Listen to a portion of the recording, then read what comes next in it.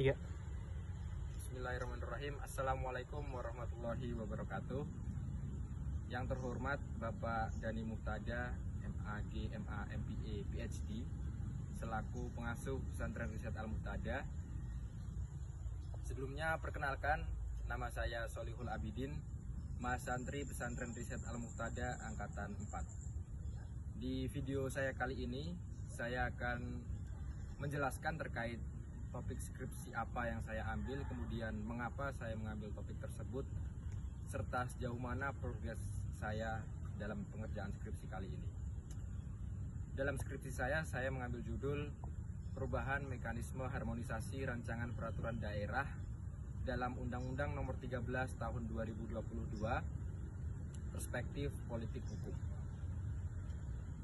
Hukum seringkali digunakan sebagai instrumen utama dalam mencapai tujuan negara.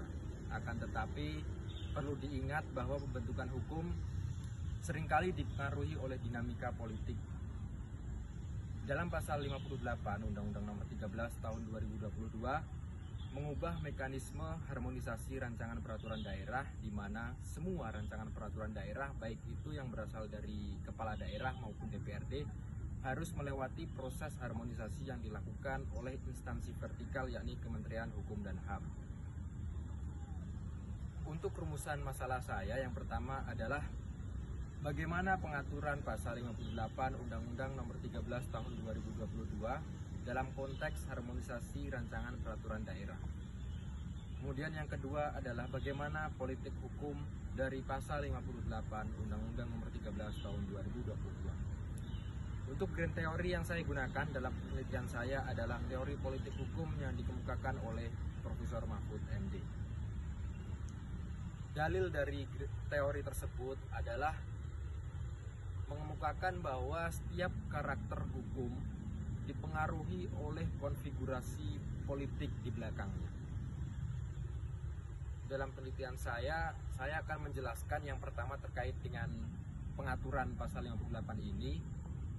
Apa perbedaan sebelum perubahan pasal ini dan sesudah pasal ini.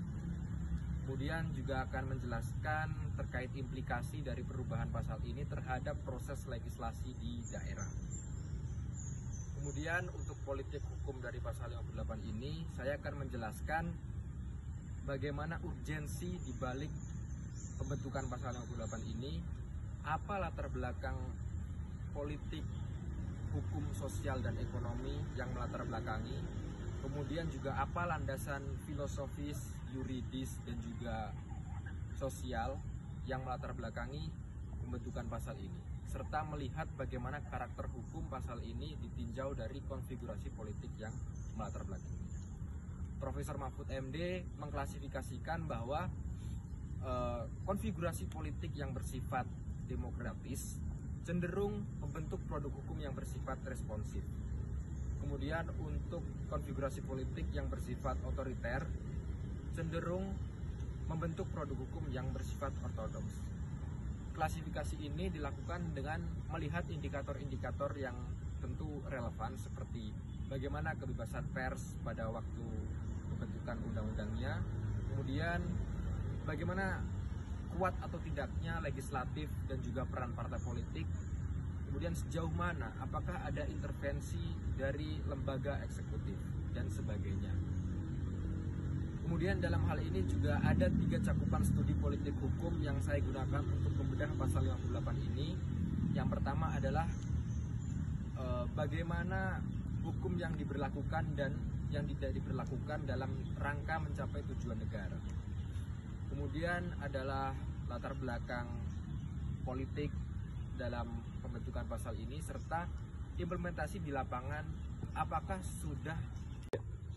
Untuk progres dari pengerjaan skripsi saya, saat ini saya sudah menyelesaikan proposal skripsi, yaitu dari bab 1 sampai bab 3, dan saat ini sedang memulai untuk pengerjaan bab 4 dan bab 5.